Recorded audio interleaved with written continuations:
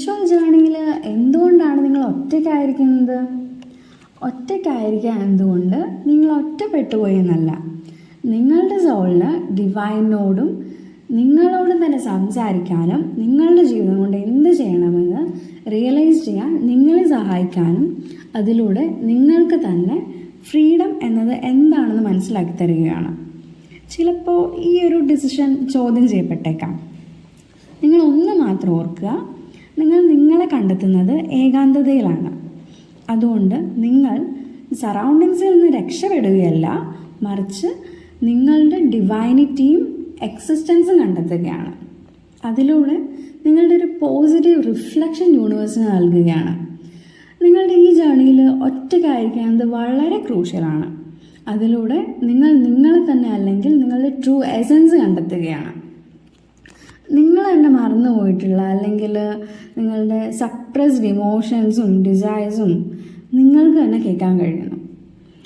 ഇത് നിങ്ങളുടെ ഒരു ജേർണിയാണ്. ഇതിൽ നിങ്ങളുടെ കമ്പാനിയനും ബെസ്റ്റ് ഫ്രണ്ടും നിങ്ങൾ തന്നെയാണ്. അതുകൊണ്ട് നിങ്ങൾ നിങ്ങളിൽ തന്നെ അവെയർ ആവുക. ഇതിലൂടെ നിങ്ങളുടെ ഹിഡൻ പ്രോബ്ലംസ് എന്താണെന്ന് കാണാനും അതിൻ്റെ സൊല്യൂഷൻ നിങ്ങളിൽ നിന്ന് തന്നെ കണ്ടെത്താനും നിങ്ങൾക്ക് കഴിയും. നിങ്ങളുടെ പാസ്റ്റ് ട്രോമാസിനെ മനസ്സിലാക്കുന്ന ഒരു പെയിൻഫുൾ പ്രോസസ്സ് തന്നെയാണ്. കോൺസ്റ്റൻ്റ് ആയിട്ട് ഇതിൽ വർക്ക് ചെയ്യുമ്പോൾ നിങ്ങൾക്ക് ചിലപ്പോൾ നിങ്ങളുടെ തിങ്കിങ് പാറ്റേൺസ് തന്നെ മാറ്റാൻ കഴിയും. നിങ്ങൾ ആഗ്രഹിക്കുന്ന ഫ്യൂച്ചറിനെ പറ്റി നിങ്ങൾക്കൊരു വിഷൻ ഉണ്ട്. അത് എത്രത്തോളം ഡീപ്പാണോ ആ ഒരു ലൈഫിലേക്ക് നിങ്ങളെ പ്രിപ്പയർ ചെയ്യേണ്ടതുണ്ട്.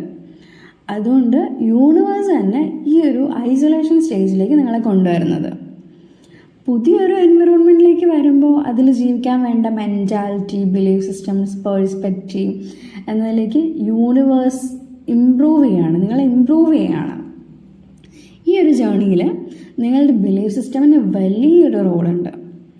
നിങ്ങളുടെ പല വിശ്വാസങ്ങളും ലോകത്തെ നിങ്ങൾ കാണുന്ന രീതിയും നിങ്ങൾ യഥാർത്ഥത്തിൽ ആഗ്രഹിക്കുന്ന കാര്യമായിട്ട് ഒത്തുചേരണമെന്നില്ല.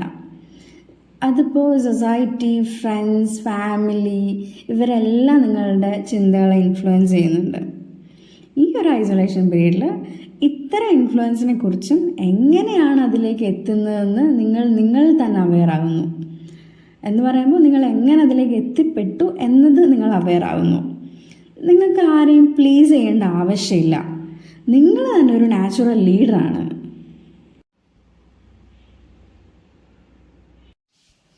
അൺഫോർച്ചുനേറ്റ്ലി ഈ ഒരു തിരിച്ചറിവ് നിങ്ങളുടെ വളർച്ചയെ തടഞ്ഞേക്കാം. ഇതിന് ശേഷം വരുന്നൊരു പീരീഡിൽ നിങ്ങളുടെ സ്ട്രെങ്ത് എന്താണ് നിങ്ങൾക്ക് തന്നെ തിരിച്ചറിയാൻ കഴിയുന്നു.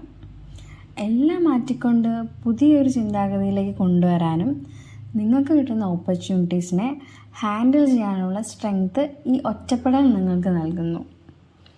മറ്റുള്ളവർ നിങ്ങൾ നിരന്തരം ചുറ്റിപ്പറ്റി നിൽക്കുമ്പോൾ ഈ ട്രാൻസ്ഫോർമേഷൻ അച്ചീവ് ചെയ്യാൻ ബുദ്ധിമുട്ടാണ്. ഈ ഒരു സോളിറ്റ്യൂഡിലാണ് സെൽഫ് ലവ് എന്താണെന്ന് നിങ്ങൾ പഠിക്കുന്നത്. യഥാർത്ഥ സ്നേഹം നിങ്ങളുടെ ഉള്ളിൽ തന്നെയാണെന്നും അതിൻ്റെ റിഫ്ലക്ഷനാണ് മറ്റുള്ളവർ നിങ്ങൾക്ക് നൽകുന്ന സ്നേഹമെന്നും ഈ ഐസൊലേഷൻ പീരീഡിൽ നിങ്ങൾ അറിയുന്നു. നിങ്ങളുടെ സ്വന്തം ആത്മാവിനെ നർച്ചർ ചെയ്യുന്നതിലൂടെ അതിൻ്റെ ആവശ്യങ്ങൾ അറിയാനും നടത്തി കൊടുക്കാനും നിങ്ങൾക്ക് കഴിയുന്നു.